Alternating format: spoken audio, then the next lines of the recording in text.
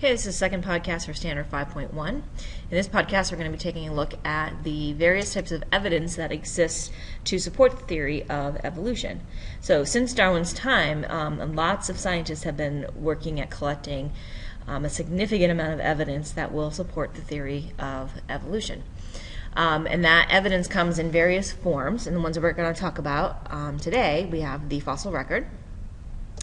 We're going to talk about geographic distribution, similarities in body structures, and this has to do with taking a look at, say, the bones inside of your hand are actually very similar to the bones inside the wings of a bird. Similarities in development, the fact that all animals start out their development in very similar ways is evidence of evolution. And then finally we'll talk about molecular biology. Molecular biology, remember, that is our DNA. And so the fact that we can take a look at our DNA sequences, our sequences of A, T's, G's, and C's, and depending on how much alike two sequences of DNA are between two species, that's evidence that they are closely related. So we're going to start out by talking about the fossil record. So fossils are preserved remains or markings of once living organisms. So it could be bones that have been found, or it could be imprints, like footprints and things like that have been found from animals that are no longer alive. Now, most fossils are found in sedimentary rock. These are layers of earth that have accumulated over time. And so usually this happens near flowing water. And basically silt is going to flow with the water, and it makes layers of whatever is mostly found in the atmosphere at that time. In the dirt and things like that are going to make layers going up.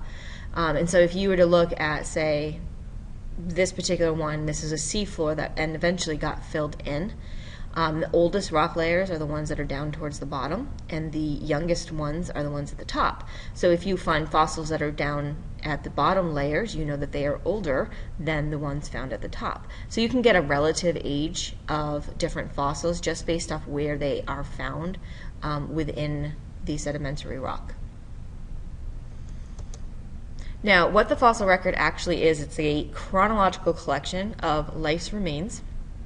Okay, and we got that chronological number by looking at the rock layers that the fossils were found in. And what the fossil record tells us is, number one, living things have existed on Earth for millions of years.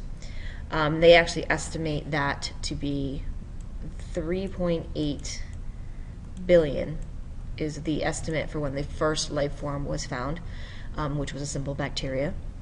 But by looking at the rock layers that existed a million years ago and finding fossils of things in those rock layers, that means those things existed at that time. Most species no longer exist. At this point, we know that 98% of all species that have ever existed on Earth are extinct at this point. Okay, and so when we look at generations of fossils, we see that species have changed and produced new species over and over again all throughout time. We're constantly seeing old fossils and then newer versions of those species in later rock layers. So there are more recent fossils. And this is what we call descent with modification. So a species will change into a better form of that species. So the previous species is now extinct. This is why most of our species are no longer around anymore, because they have evolved into something else. All right, number two, we have geographic distribution. So we can see patterns of geographic distribution that shows evidence of a common ancestor. And this common ancestor is usually really far back in time. But what geographic distribution shows us is that different species that live on completely different continents but have similar environments end up having very similar adaptations to those environments. So remember, adaptations are genetic traits that you form that are or exist within a species, and when they're needed, they become the dominant kind of trait that you'll see. Not necessarily a dominant allele, but the one that you'll see the most. And so the fact that you've got species living in different places around the world that have similar adaptations is evidence that there was a common ancestor way back when that had the ability to make that adaptation. Okay, so an example that we can look at here, in North America, a common animal in this area is the beaver. And the beaver is very similar to the Brazilian rodent called the capybara. They have a lot of adaptations that are the same. Their claws are the same. They use their mouths in the same way. And they're adapted to their environments. They live in aquatic areas sometimes. They have to be able to dig using their claws. They eat wooded type of, to be able to break open wood and stuff like that. So they have adaptations that are very similar to each other, but they obviously live very, very far apart from each other. So there are similarities between them, and this is indicated or indicative that they had a common ancestor way back in time, because that's how they ended up having these similar adaptations, because that common ancestor way back in time had these types of adaptations, but they just ended up living in different parts of the world. Okay, so species in a geographic region tend to evolve from ancestor species from that same region. So how could these two have a common ancestor? Well, so if the beaver's ancestor came from this area and the capybaras came from this area, but the idea is that all of the continents used to be together in a large structure called Pangaea. And so that common ancestor that would have lived millions of years ago when all the continents were together, then some of them ended up down in the South America, and some of them stayed up in North America, and then they evolved into their current state of species.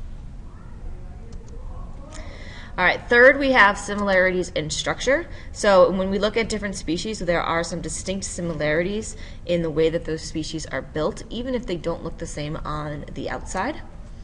What we call these are homologous structures. So remember, homologous means same or matching. And these are structural similarities in a species that share a common ancestor. So if two species were to share a common ancestor, then they are going to have some structures in them that are similar to each other. A very classic example of this are the forelimbs of animals. So we'll take a closer look at that in a minute. We also have evidence with structure in vestigial organs. Vestigial organs are remnants of structures that may have had an important role in our ancestral species, but no longer do in us. So an example in humans is our appendix. We have an appendix. It's on our hanging off the beginning part of our large intestine. And they believe the appendix was used when we used to eat undercooked meat that had a lot of bacteria in it, and the appendix would help with the immune response to fight that bacteria so we wouldn't get sick. And when we started to cook our meat more and more, the appendix became not useful. We don't really need it. Another example of this, a lot of people say the pinky toe is a vestigial structure, so we don't really need that toe. It doesn't do anything for us, but it was there from when we used to climb trees, when our ancient ancestors used to climb trees, I should say. So the fact that we have these remnants of structures that no longer have any kind of function in us is, again, evidence of evolution. So we're going to take a close look at the homologous structures. So homologous structures develop from the embryo in the same way. And then over many generations, the body parts are going to adapt depending on the environments where the animals live. But you still have the basic structure that is the same. So this is evidence of a common ancestor and descent with modification. Basically what I'm saying is, if you've got organism that is your ancestor way back in time, and that one is going to evolve into two other organisms, so there's 2 and 3, right? Their basic structure is going to be the same, but the way that it ends up looking or the way that it ends up being used might be a little bit different.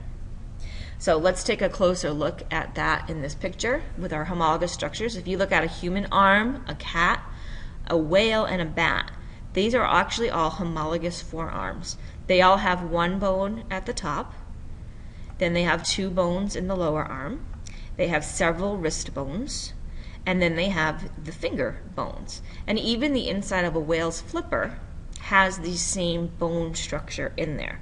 On the outside, it doesn't look like that because it's covered by the flipper, but the inside, the bone structure is the same. Same thing with the bat. So we all have the same basic bone structure, so that's evidence that we had a common ancestor back in time that had this kind of bone structure, but then we each evolved in our own way to use these structures the way that it made sense for us. All right, the fourth type of evidence is similarities in development. And this is seen mostly with animals. Animals go through very similar stages of development. For example, animals all develop their limbs in the same way, but then they might look different once they are fully developed. Okay, so if you were to look at this particular picture here, at the top row, we have got the early embryo of a fish, salamander, turtle, chicken, rabbit, and human. And if you look at each of these early embryos, and just if you only saw those, you wouldn't necessarily know what they were. Like, there's no reason you would look at that and say, oh, that's definitely a chicken, it couldn't be a human. Because if you look at it and compare it to the human, they look really similar to each other. As you get into the second stage of development, you can see the fish and salamander, which are are less related to us than, say, a rabbit. They look much more different. But the organisms that are closer related to us still look really similar to our embryos. And then as you get towards these final stages of development, then you can really start to see the difference. But we are pretty closely related to a rabbit. And if you look at the human and rabbit, the embryos are still pretty similar even at this later stage of development. So as you look at the stages of development, the more similarities you see as you go through the stages, the closer related two species are. Okay? So this is a breakdown of these first four types. So we have the fossil record. So remember, the fossil record is composed of physical remains of organisms.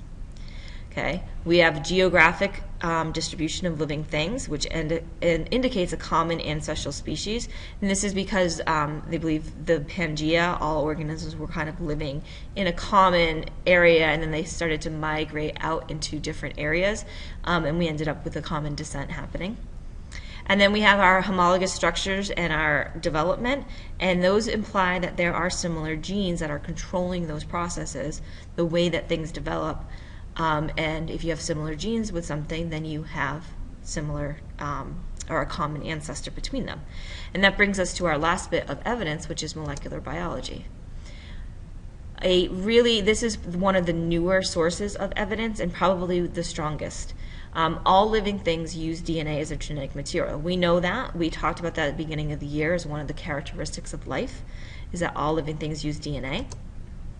And if we look at our DNA sequences, the sequences of A, T's, G's, and C's, and we compare them between two species, the more similar those sequences are, the more closely related they are. For example, chimpanzees is our closest living relative. And we share 98% of the same DNA sequences as chimpanzees. It's that 2% that makes us different, makes us human and makes them chimpanzees.